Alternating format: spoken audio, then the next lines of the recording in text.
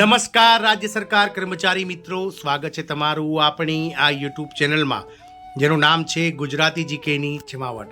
તો આ રાજ્ય સરકાર દ્વારા જે છે તે વર્ગ 4ના કર્મચારીઓને અતિ મહત્વની ભેટ જાહેર કરાઈ છે। વર્ગ 4ના કર્મચારીઓને દૈનિક વેતન સેવાઓનો લાભ આપવાને લઈને આ રાજ્ય સરકાર તરફથી અતિ મહત્વની ભેટ અપાઈ છે। જાણીશું આજના વિડીયોમાં વિગતવાર કે દેશની કઈ રાજ્ય સરકારે વર્ગ 4ના કર્મચારીઓને શું ભેટ આપી છે તેને લઈ અને વિડીયોમાં આપણે વિગતવાર ચર્ચા કરીએ। તો વિડીયોના અંત સુધી આપ બન્યા રહો।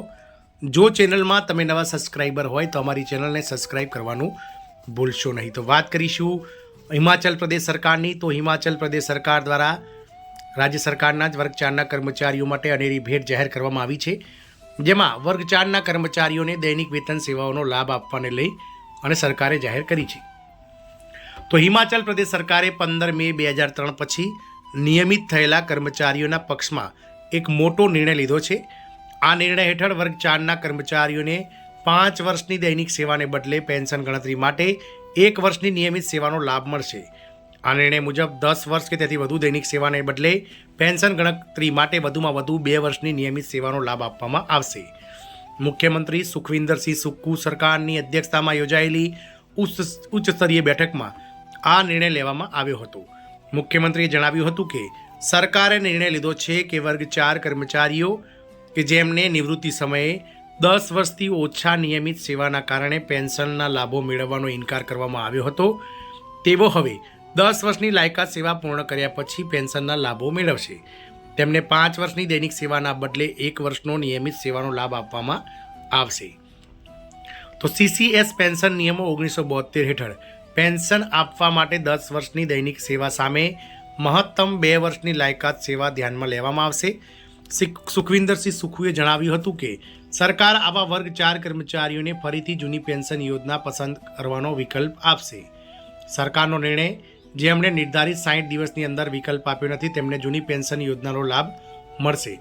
તો હિમાચલ પ્રદેશ સરકારે એવા કર્મચારીઓ માટે જૂની પેન્શન યોજનાનો માર્ગ ખોલ્યો છે કે જેઓ 60 દિવસની નિર્ધારિત સમય મર્યાદા પછી પણ વિકલ્પ આપી શક્યા નથી। 4 મે 2023ના રોજ નાણાં વિભાગના નોટિફિકેશનમાં કર્મચારીઓને નવી પેન્શન યોજનામાંથી OPS એટલે કે જૂની પેન્શન યોજનામાં આવવા માટે 2 મહિનાનો સમય આપવામાં આવ્યો હતો, પરંતુ તે સમયે ઘણા કર્મચારીઓ 10 વર્ષની નિયમિત સેવા પૂર્ણ ન કરવાના કારણે તેના માટે પાત્ર ન હતા।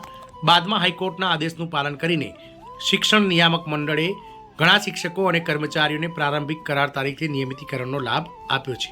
હવે નાણાં વિભાગે આવા વિવિધ કર્મચારીઓના હાઈકોર્ટના નિર્ણયો અંગે પરિસ્થિતિ સ્પષ્ટ કરી છે, જેનાથી કર્મચારીઓને રાહત મળી છે। કુલદીપ ચંદ વિરુદ્ધ રાજ્ય સરકાર અને ઓમ પ્રકાશ કેસોના આધારે રાજ્ય સરકારે આ નવો નિર્ણય લીધો છે। આ નિર્ણય હેઠળ 10 વર્ષ કે તેથી વધુ સેવા ધરાવતા કર્મચારીઓને OPS માટે પાત્ર ગણવામાં આવે છે। જ્યારે આ કર્મચારીઓએ OPSનો વિકલ્પ પસંદ કર્યો ત્યારે કંટ્રોલર અને ઓડિટ જનરલ ઓફિસે સમય મર્યાદા સમાપ્ત થવાનો ઉલ્લેખ કરીને તેમના પેન્શન કેસોને ફગાવી દીધા હતા। નારાજ કર્મચારીઓએ હાઈકોર્ટનો સંપર્ક કર્યો। ફૂલમતી વિરુદ્ધ રાજ્ય સરકાર અને અન્ય કેસમાં હાઈકોર્ટે સ્પષ્ટ કર્યું છે કે કર્મચારીઓ 60 દિવસની સમય મર્યાદા પછી પણ ડીમ્ડ રેગ્યુલરાઇઝેશનનો લાભ મેળવ્યા પછી OPS માટે પાત્ર છે। આ સંદર્ભમાં શિક્ષણ વિભાગે વર્ષ 2025માં સપ્ટેમ્બર મહિનામાં નાણાં વિભાગને પત્ર મોકલીને માર્ગદર્શન માંગ્યું હતું। હવે સરકારે એક પત્ર જારી કરીને સ્પષ્ટતા કરી છે કે આવા તમામ કેસોમાં જ્યાં કર્મચારીને કોર્ટના આદેશો હેઠળ ડીમ્ડ રેગ્યુલરાઇઝેશનનો લાભ મળ્યો છે તેમની વાસ્તવિક સ્થિતિ એકાઉન્ટ્સ કંટ્રોલ જનરલની ઓફિસમાં મોકલવી જોઈએ, જેથી તેમને પેન્શનના લાભો આપી શકાય। હિમાચલમાં સત્તામાં આવ્યા પછી તરત જ કોંગ્રેસ સરકારે NPS નાબૂદ કરી OPS પુનઃસ્થાપિત કર્યું, પરંતુ જે કર્મચારીઓ કરાર પર હતા અથવા સમય પહેલાં નિવૃત્ત થયા હતા તેમને તેના લાભોથી વંચિત રહેવું પડ્યું। હવે સરકારના નિર્દેશો પછી ડીમ્ડ રેગ્યુલરાઇઝેશનવાળા કર્મચારીઓ માટે પણ OPSનો માર્ગ મોકળો થયો છે। આમ હિમાચલ પ્રદેશ સરકાર દ્વારા વર્ગ 4ના કર્મચારીઓ માટે અનેરી ભેટ જાહેર કરવામાં આવી છે। જય હિન્દ, અસ્તુ।